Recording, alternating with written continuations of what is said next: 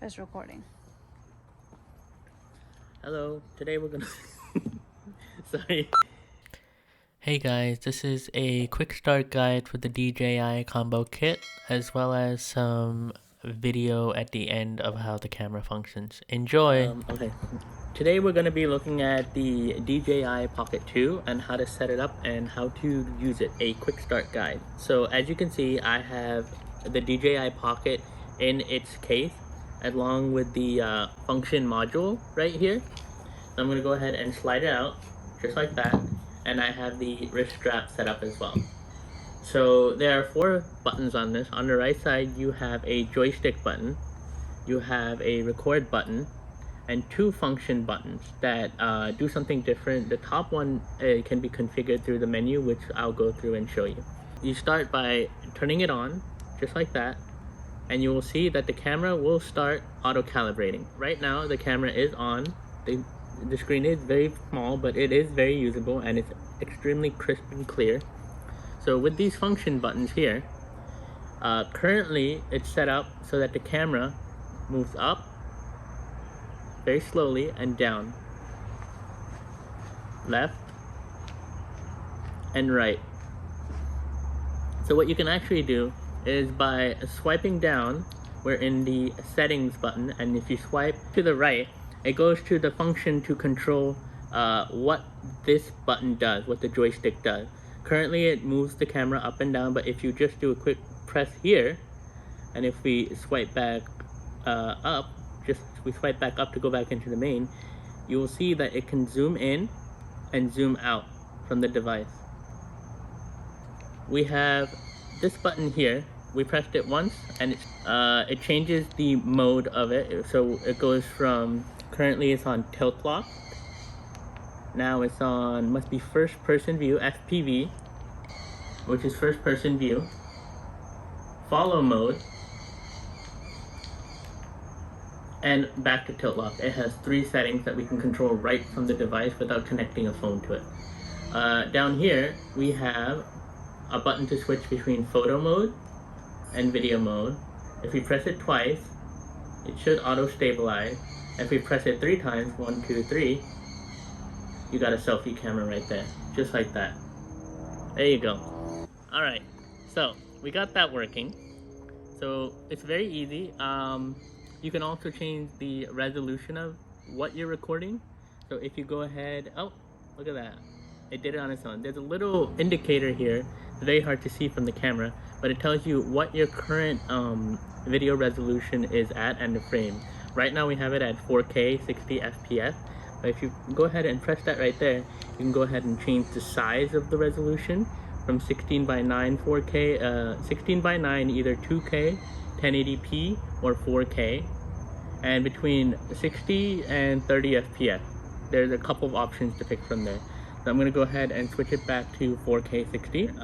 So in the settings menu, we swipe down to get back to the settings menu, and we can go ahead and open that up, and it shows the amount of storage you have, as well as depending on the accessory you can change that as well.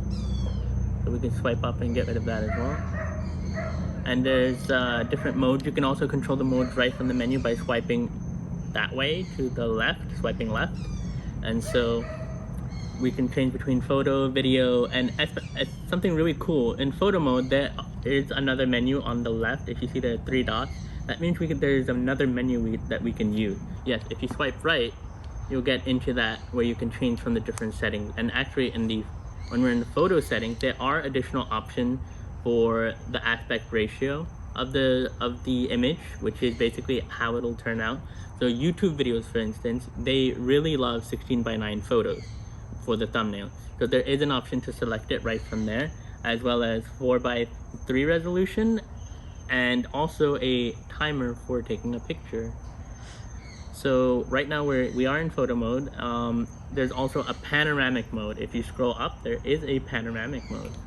So doing that, we can do a bunch of different panels and a countdown on the panel as well.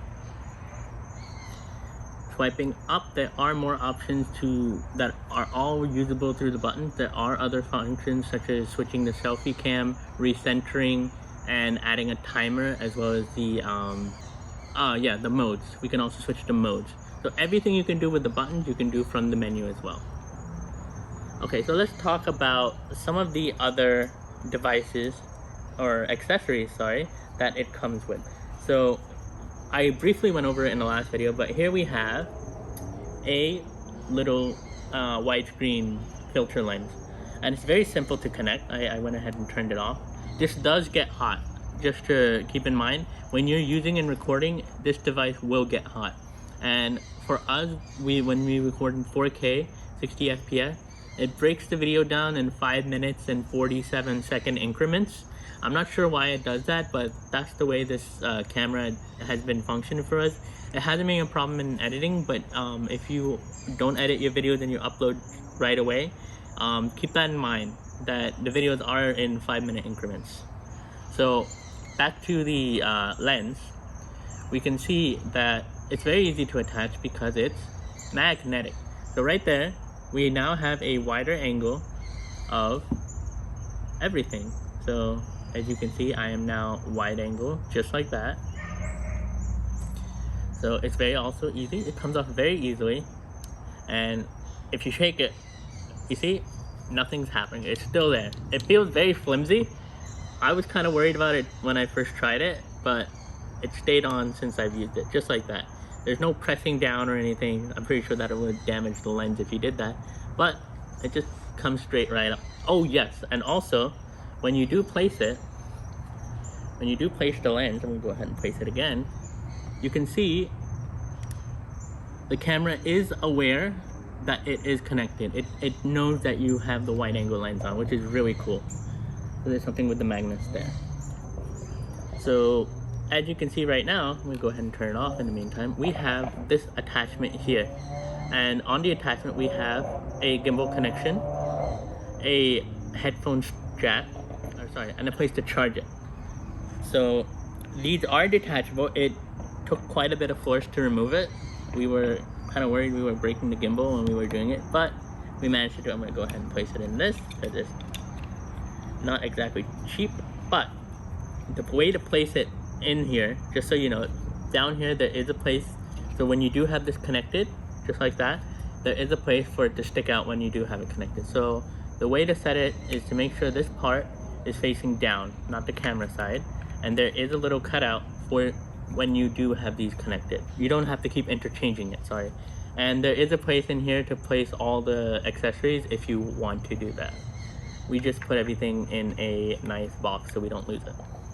So just like that, it slides in. So a couple of the other accessories, most of these are accessories that are remaining that are important to talk about are related to connecting to your phone. So if you have an Android phone that uses micro USB, you have one connection for that, which will connect to the phone and the mobile app, and you have the lightning connector, which we're gonna use. I'm gonna show you, I think I showed it in the last video, but I'll show you guys again how to change out the little module here. So those devices get connected right here. So you go ahead and slide it off. It is quite secure. There you go. Slid right off. Make sure, I would prefer you do it on a table so it doesn't fly away. And we have here the contact pins and the contacts here. Go ahead and slide that right in until it is flush, and all you get is this thing sticking out at the end. And now I have my phone here. I'm gonna go ahead and unlock it, and I'm gonna go to the DJI app. Okay, so we are in the DJI app, and to connect it, I'm gonna go ahead and turn on the gimbal again, just like that.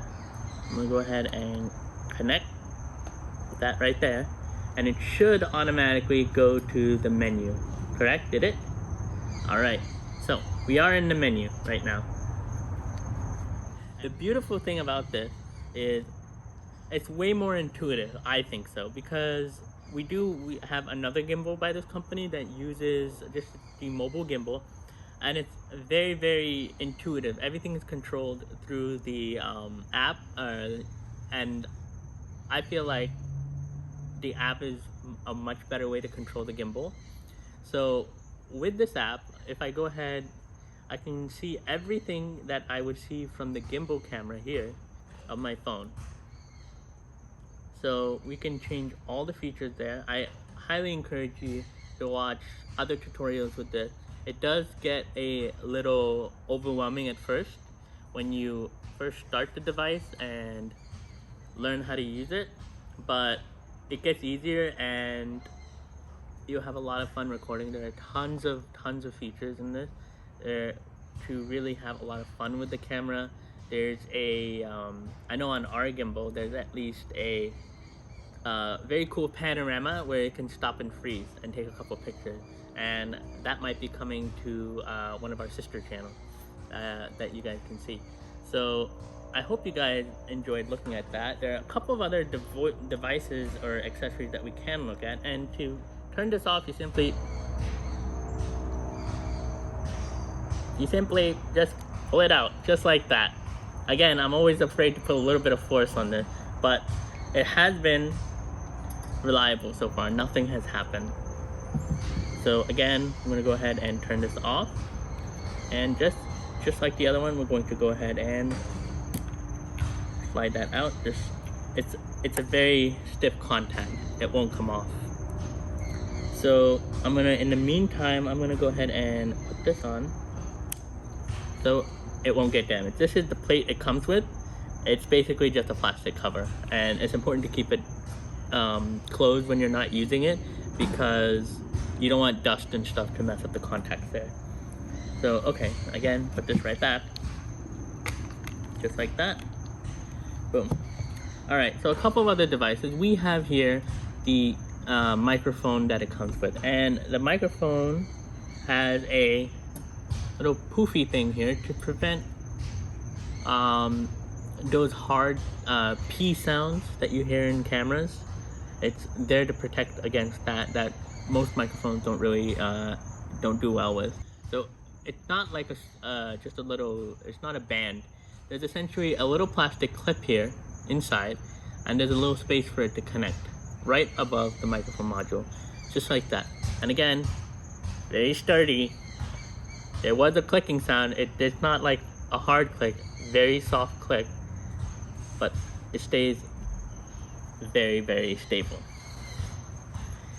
So we have that, and the way it connects is, which I forgot to mention, the way it connects is it connects to this, and the way it works is as soon as you turn on this, it automatically connects.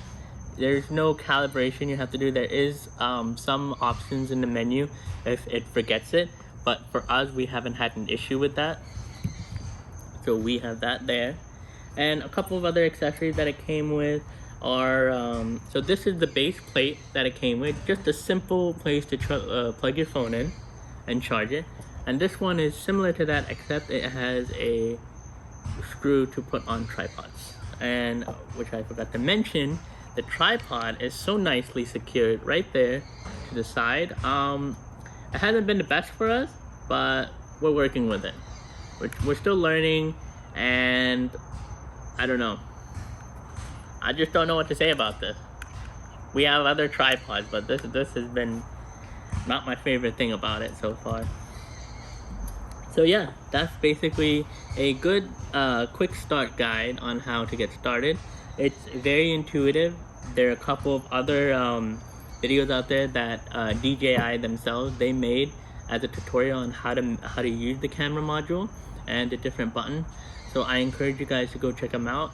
Okay, we will set a couple of links for you guys to in the description for you guys to go ahead and watch for other quick start tutorial guides, so you guys can enjoy that and hopefully get the most from this. But we also have an unboxing of this particular thing right up here, or is it the other way? It is the other way, I'm being told. So it's up here. All right, there's also going to be a subscribe button on my belly right there. So I hope you guys enjoy, and please subscribe. Thank you. So this is a quick clip of how the camera functions in low light and how it tries to adjust for some very bright lights as we approach the grocery store. And when we do walk in, it is extremely bright, and you can observe how the camera handles that. So I hope you guys enjoy.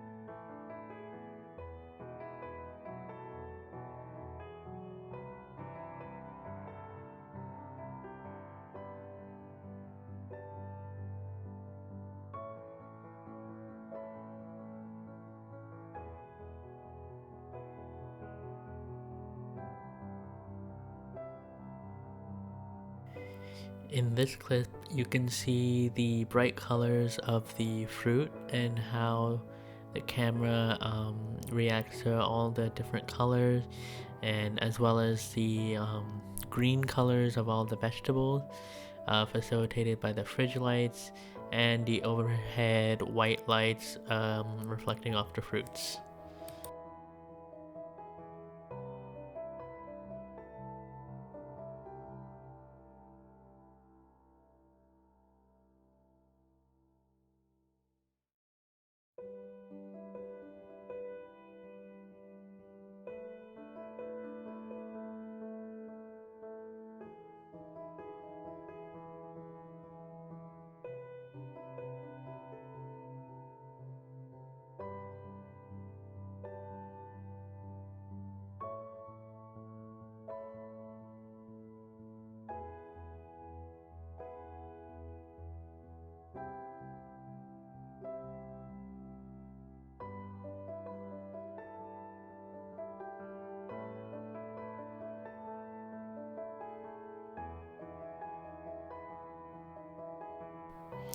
So for this clip here, you can see how the light transition works, and we're just gonna go ahead and listen to the audio of how it sounds outdoors and how the wind noise is. I hope you guys enjoy.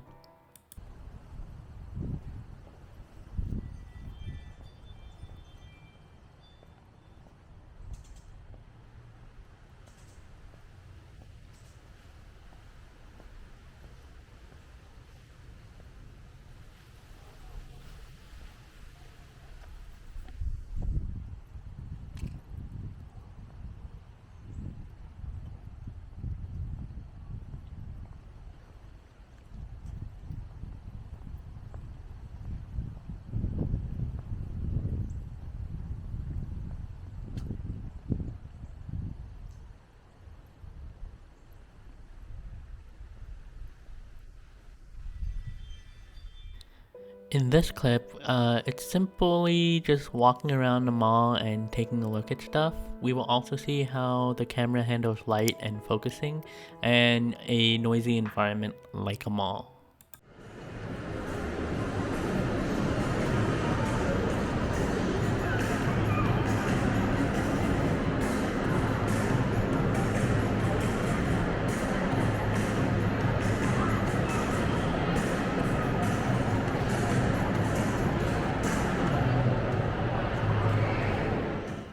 Thank you guys so much for watching. Don't forget to like, share, and subscribe, and tell your friends about us.